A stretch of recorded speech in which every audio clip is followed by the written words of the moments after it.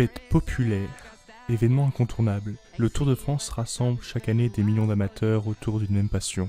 Malgré les nombreux reports, il subsiste encore. Va-t-il bel et bien avoir lieu? Par quels moyens?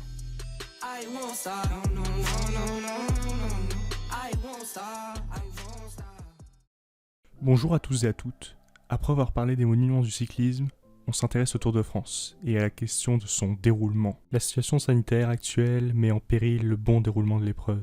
Chaque année, 10 à 12 millions d'amateurs de la grande boucle se réunissent pour assister à cet événement incontournable de la planète sportive. Si une annulation était à entrevoir, elle causerait la perte conséquente de retombées économiques pour les équipes, les organisateurs et la caravane du Tour de France. Le Tour de France représente 60% des retombées économiques pour l'équipe française AG2R La Mondiale. Habituellement, le Tour de France représente un gain de 150 millions d'euros pour la société organisatrice. De lourdes pertes sont alors à prévoir. Un huis clos serait alors envisagé par la ministre des Sports.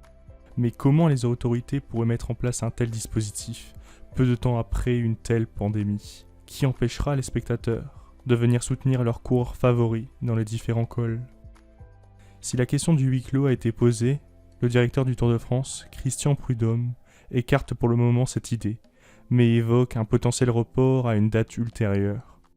ASO, organisateur du Tour de France, préfère garder le silence et ne pas communiquer à l'heure où le sport passe au second plan.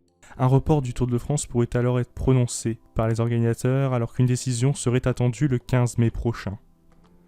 Selon un sondage réalisé par Ouest France, 85% pensent qu'une annulation ou un report serait préférable.